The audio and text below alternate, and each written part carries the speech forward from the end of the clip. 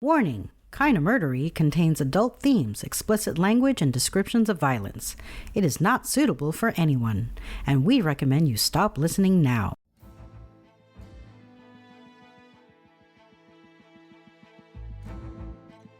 Hello everyone, and welcome to Kinda Murdery, a true crime podcast that's mostly about murder, and always about the strange and compelling stories that arise when the path less traveled twists to darkness, and those who walk its shadows surrender to violence and corruption.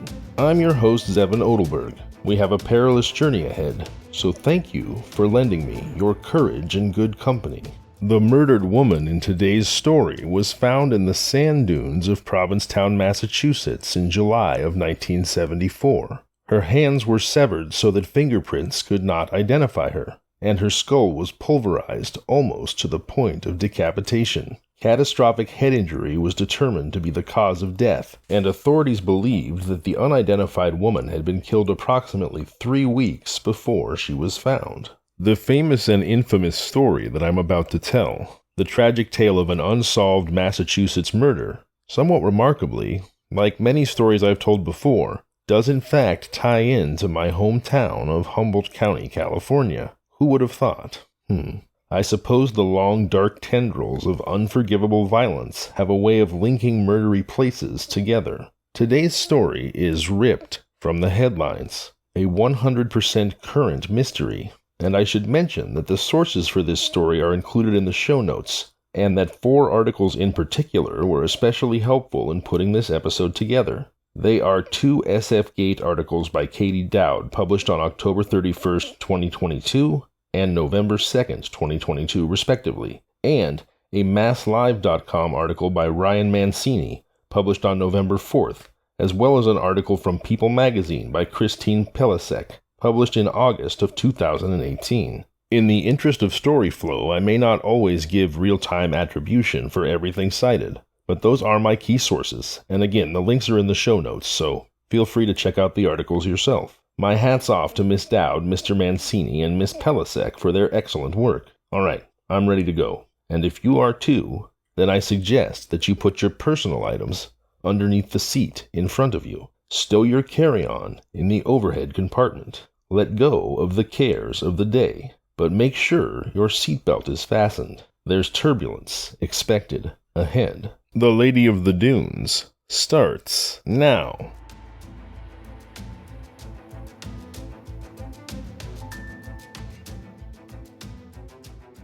For almost half a century, Ruth Marie Terry was a nationally famous Jane Doe who lost her life as the result of a wretched crime committed by a relentlessly evil chameleon of a murderer. Ruth, known for nearly 5 decades as the Lady of the Dunes, the anonymous victim of an unsolved Cape Cod, Massachusetts murder, was finally identified by the FBI barely 1 week ago, in October of 2022. Before we dive beneath the deep, dark waters of this story, a brief but firm reminder. Although the Lady of the Dunes story cannot be told without also telling the story of her murderer, this is Ruth Marie Terry's story. She is the voiceless to whom we give voice. She is the human who deserves to be remembered.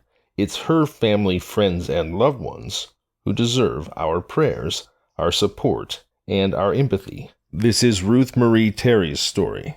It is not, and should never be, her killer's story. I'm sure we can all agree on that, so let's get started. As I mentioned at the top, the Lady of the Dunes was found in the sand dunes of Provincetown, Massachusetts in July of 1974. Her hands were severed so that fingerprints could not identify her. Her skull was pulverized, and catastrophic head injury was the cause of death. They believed she had been killed 3 weeks earlier. Her body was never identified. Until now, that is. This is that story. In 2010, local Cape Cod authorities exhumed the Lady of the Dunes and used computer imaging to create a composite sketch of her face. The discovery of the real person who belonged to that composite begins in an unexpected place, inside the sharp mind of horror writer Joe Hill, the son of the legendary Stephen King, and a successful author in his own right. Hill became fascinated by the story of the Lady of the Dunes in 2015 after reading about her in a book entitled The Skeleton Crew: How Amateur Sleuths Are Solving America's Coldest Cases. As Hill detailed in his now famous blog post, he pulled up the composite sketch of the Lady of the Dunes and suddenly suspected he had seen her before. Specifically, he'd seen her in the legendary 70s summer horror blockbuster movie Jaws, about a murderous, man-eating shark. I think we're all familiar. You see, there was an extra in the Martha's Vineyard beach scene that Hill thought bore a striking resemblance to the Lady of the Dunes. He wrote about his theory, which he openly admits is, quote, out there, on his blog in 2015, and it recently wound up on Wondery's Inside Jaws, a podcast about the making of the film. And sure, super blown up images of an extra don't make a theory, but there's some key details about the production schedule of Jaws, and a few facts that we do know about the Lady of the Dunes that when put together with the striking resemblance, and as Hill points out, the lady was alive in June during the filming and her body was found in Provincetown, not too far from Martha's Vineyard, and suddenly we have a far-out theory that maybe holds a little weight. What if, Hill wrote in 2015, the ghost of the Lady of the Dunes haunts Jaws? Hill's suspicions were brought to the attention of the FBI, and national interest in the lady's case was reignited.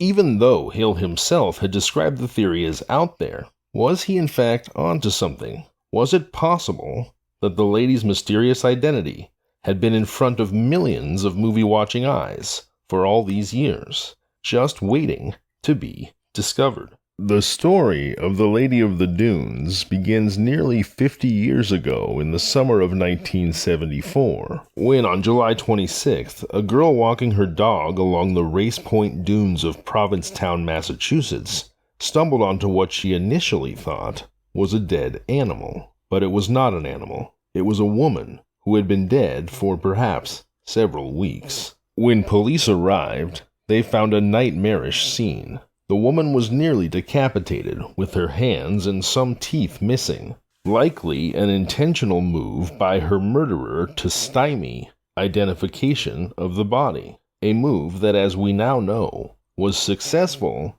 for almost half a century. Investigators guessed that she was between 25 and 40 years old, but they had little else besides her physical description to go off of. She had long auburn hair pulled into a ponytail, blue Wrangler jeans, a blue bandana, and was about 5'6". She had been left face down on a beach blanket, and there was no sign of a struggle, so she must have been attacked while napping or by someone she knew. Her cause of death was blunt force trauma to the head. Although the grisly murder scene was huge news in Cape Cod, no one came forward with the woman's identity. She was dubbed the Lady of the Dunes, and as years turned to decades, she became Massachusetts' longest tenured, unidentified murder victim. That all changed last week when the Lady of the Dunes was identified by newly available DNA evidence as the body of Ruth Marie Terry,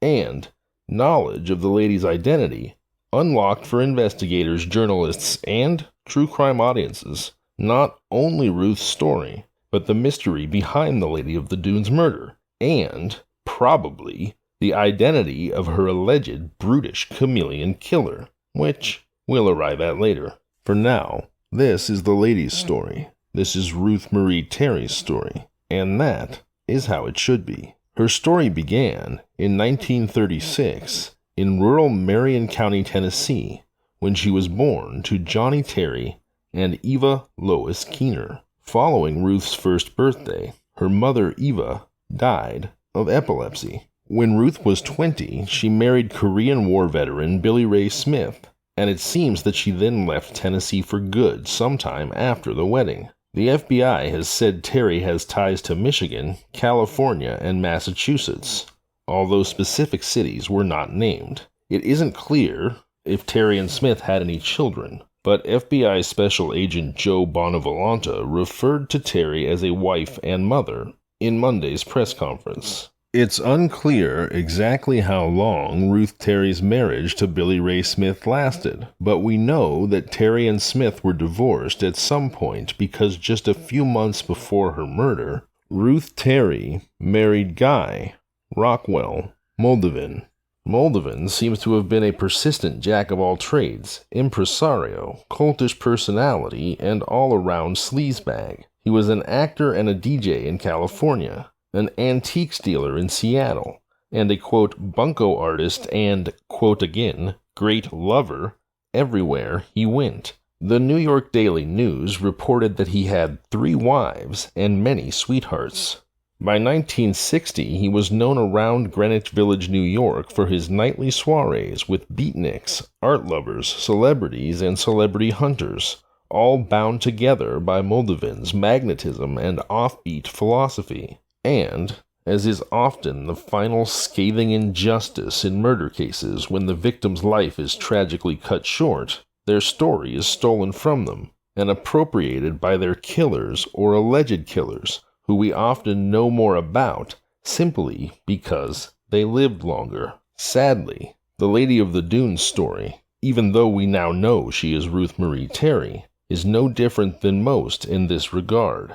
And this is the point, the blood-boiling point in the tale, when, no matter how much it might enrage us, Ruth's story is appropriated by the man who was her husband for just 3 short months before her murder. That man, as previously stated, was Guy Rockwell Muldavin. Born on October 26, 1923 in Santa Fe, Muldavin married several times between the 1940s and the 1960s, prior to his marriage to Terry in 1974, 3 months before her body was discovered near Race Point Ranger Station in Provincetown, Massachusetts. Muldavin's name first appeared in the news in 1960, when, while living in Seattle with his then wife and stepdaughter, Manzanita Mearns and Dolores Ann, running an antique shop, both women suddenly disappeared. According to SF Gate, Muldavin fled and the police searched his home, finding pieces of human flesh in a septic tank. Without any DNA testing, it was assumed but never confirmed that those were the remains of the missing women. A bulletin issued by detectives, when Muldavin was wanted for grand larceny, said the investigation definitely indicates subject is responsible for a double murder. The Boston Globe reported that after dyeing his hair red and receiving a nose-straightening operation under the name Michael Strong, police arrested Muldavin for unlawful flight to avoid testifying to the mutilation of human remains back in Seattle. But Muldavin denied killing his former wife and stepdaughter. Without evidence, Seattle prosecutors dropped the unlawful flight charge. After the 1960 manhunt made Muldavin an infamous figure across the nation, investigators in Humboldt County, that's where I'm from, probed him as a suspect in the 1950 murder of truck driver Henry Baird and his teenage girlfriend Barbara Kelly at the Table Bluff Overlook. A deputy in the sheriff's office told the Eureka Humboldt Standard that Muldavin had been a resident of Fortuna, but was believed to have left the area several weeks before the Table Bluff mystery occurred. At some point after becoming nationally famous as the alleged murderer of his wife and daughter in Seattle, and following the unsuccessful manhunt and the dropping of charges, Muldavin moved to Reno, Nevada, where he married Terry Marie Vezina, which, according to the Californian, was another name for Ruth Marie Terry. After Terry's death, Muldavin appeared again in California. The Californian would write a profile on him when he gained a cult following as a result of his popular radio program, Take to Me, on KAZU in Pacific Grove, in the Monterey Bay Area region. Calling himself a, quote, devil's advocate for former Governor Jerry Brown's 1980 presidential campaign, Muldavin told the Californian in 1985 that he had retired from working as the executive vice president in a luxury shop on Rodeo Drive in Beverly Hills. In the story, Muldavin claimed to have worked with youth through the Santa Monica Police Department, and had once been told that the only job an employment agency could find for him was as a Santa Claus at Macy's. But, judging by his callers, he's attracted an audience both young and old, the profile said about his radio show. Branching out from topics which focused on old people, Muldavin has introduced programs dealing with homosexuality, the erosion of culture, and his belief that killing has become a habit. When Muldavin described killing as a habit, he was perhaps being far more introspective and simultaneously forthcoming, as well as probably, or at least allegedly, self-incriminating than his audience could possibly have imagined. After all, authorities already believed that he had killed his wife in Seattle as well as his stepdaughter, and it now appears more than likely that he is the murderer of the Lady of the Dunes. So indeed, that supposed larger cultural observation could in fact have been a form of confession, because for Muldavin, killing was definitely, allegedly, a habit. Muldavin died in Salinas, California on March 14, 2002, with his obituary appearing in the Californian. It said he was survived by his wife Phyllis and sister Joan Towers. Massachusetts State Police said on Wednesday that they are actively seeking information from the public about Muldavin as part of their investigation into Terry's murder. So, in discovering the identity of the Lady of the Dunes, it seems that investigators have probably uncovered the identity of her alleged killer, Guy Rockwell Muldavin, who, in a final twist of the knife of fate, appears to have also been, as I've already mentioned, the alleged multiple murderer of his previous wife and daughter in Seattle, as well as of the Lady of the Dunes. And despite a life crammed to the brim with iniquity, crime, abuse, and alleged at least triple murder, Muldavin was left free to marry again and die of natural causes at the age of 79 in 2002. And look, I know I'm using a lot of qualifiers here, but this case is deeply, deeply infuriating. Because, of course, in 1974, they didn't have the instant communication, the instant access to information, the networking of systems, modern DNA, modern forensics. They didn't have any of that. But here's the thing, right? When a woman disappears or dies, what's the conventional wisdom? The husband did it, right? It's always the husband. Of course, it's not always the husband, but that's where your mind goes right away. And sure enough, just 3 months after marrying Muldavin, Ruth Marie Terry was murdered. Muldavin, who in 1960 was nationally famous as a murder suspect whom the police presumed did it but couldn't prove without modern DNA. So a woman marries a nationally famous murder suspect, then disappears, and somehow he's never convicted or even indicted for the crime. And look, I know, there's some circular logic here, right? Because they weren't able to bring Muldavin into the picture until Ruth Marie Terry's body was identified by modern DNA practices just a week ago. So sure, it's easy to say it all looks obvious now. But here's the thing that really upsets me. Had there been any suspicion surrounding Ruth Marie, just a cursory look into her brand new husband's background would have revealed to the police that he'd already been a murder suspect, and probably would have led to them doggedly investigating him until something cracked. But the FBI has stated last week that there's no evidence or record that Ruth Marie was ever reported missing. So sure, her body wasn't identified, so she couldn't be connected to Muldavin, but she quite clearly disappeared 3 months after marrying a new guy, but was never reported missing? That someone could be so alone in life that no one even notices they're gone, that is a tragedy all its own. Please do join me this coming Thursday, November 10th, for another Kinda Murdery story. Thank you so much for being here and helping me to find a pathway through the darkness. I'm Zevin Odelberg, and this has been The Lady of the Dunes. Thank you for listening to Kinda Murdery. I hope if you haven't enjoyed The Lady of the Dunes, you've at least been absorbed by it, by the drama and the tragedy of it. I appreciate you being here. I'm Zevin Odelberg, and this has been Kinda Murdery. See you on Thursday.